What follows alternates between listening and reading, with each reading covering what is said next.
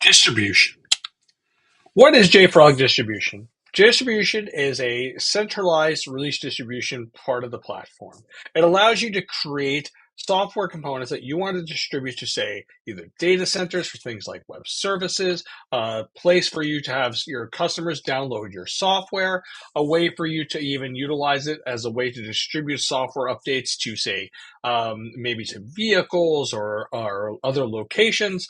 But the idea is get your software where it needs to be. So not manufacturing, but actually production level components that you want to share either as a web service, or you want to share it with a set of devices, or you want to share it with your customers, whatever it is.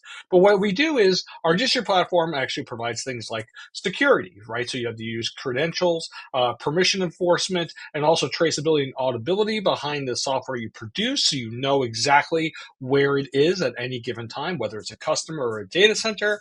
Also, improve performance. One of the things we'll discuss as part of this is the fact that you can use this as a way to distribute your software globally in many different aspects. It also allows you to have a primary interface for all the software distribution of the things that you create. So knowing that, we use these things called edge nodes. We have a centralized component called distribution, and these are connected to things called edge nodes. Edge nodes are lightweight, immutable versions of our Artifactory product.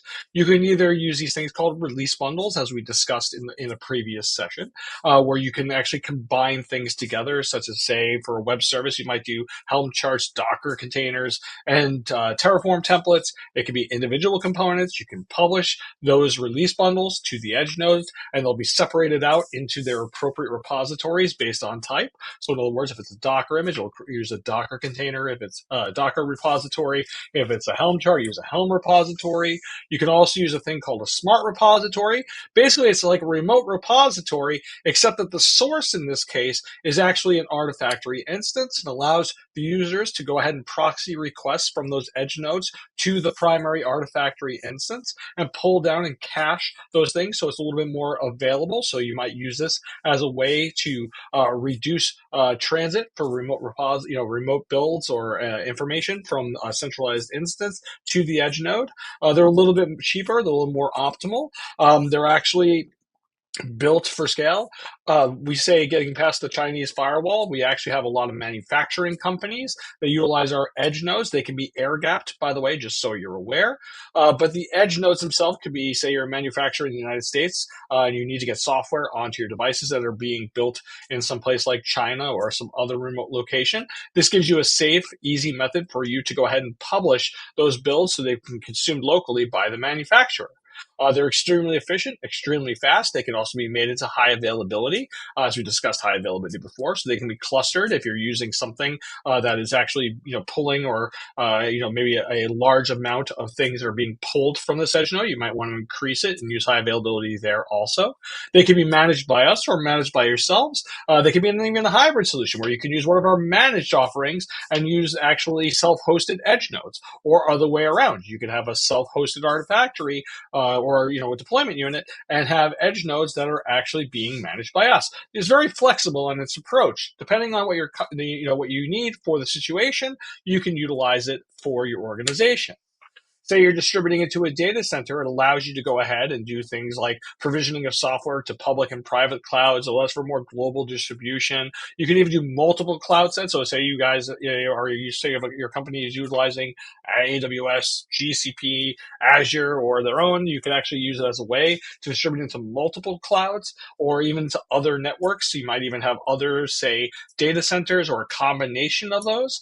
Also, too, since it uses a checksum-based approach, if you've already publish, say, a release bundle with a series of artifacts or binaries that are inside of it, or you're pulling stuff down, it will only transfer the deltas. So in other words, most of the time there's a deviated change of a couple of maybe 15 to 20% change between builds at a max. Will only transfer down those artifacts that have changed between the versions.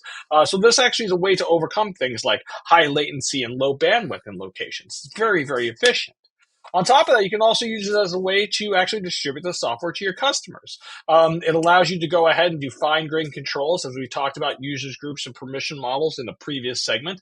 Those can be translated because the edge nodes use actually our access federation, which we discussed, as a way to go ahead and actually instantiate those user models at those remote sites using in our edge nodes. So this way, you can go ahead and have it so that, say, a customer wants to download software or a location needs to download software, based on their user information, they can have access to only specific things that you dictate.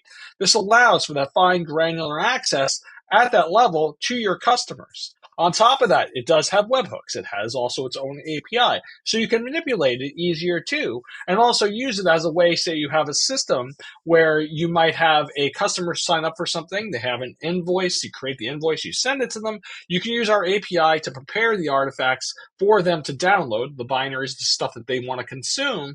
When they receive the email, they can go log in and get the information they need. And when they download, you can use our information from our webhooks to, say, update your systems. There's ways to do this. We see customers do this all the time as a way to have that bi-directional communication between purchasing systems and, say, the end customers. Or as another way to look at this is also use that as a way if you're deploying it to, say, a data center. You could say that a library or, say, a container is being consumed, use that webhook from that edge node to say it was deployed. And also, we have all the metadata also stored, because once again, it's a lighter weight version of Artifactory that has all those core components, except everything is read-only.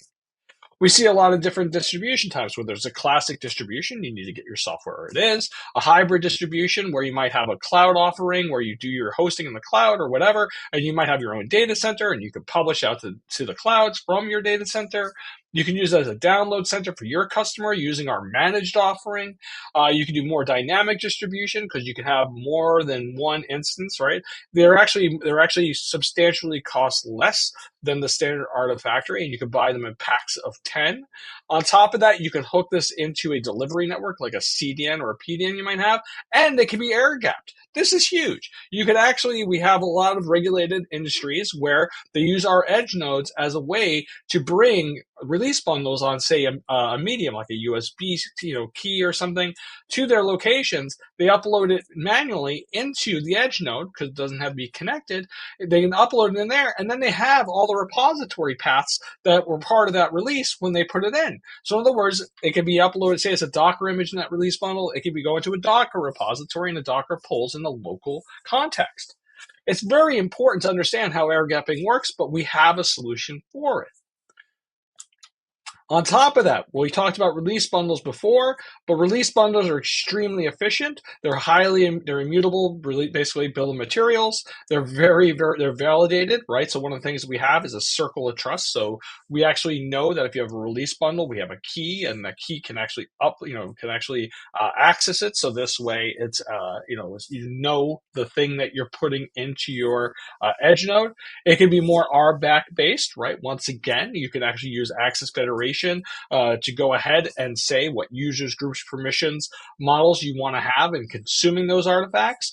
Also, too, you can use X-Ray to block these release bundles from being distributed based on rules and definitions that you define when we talk about the security context.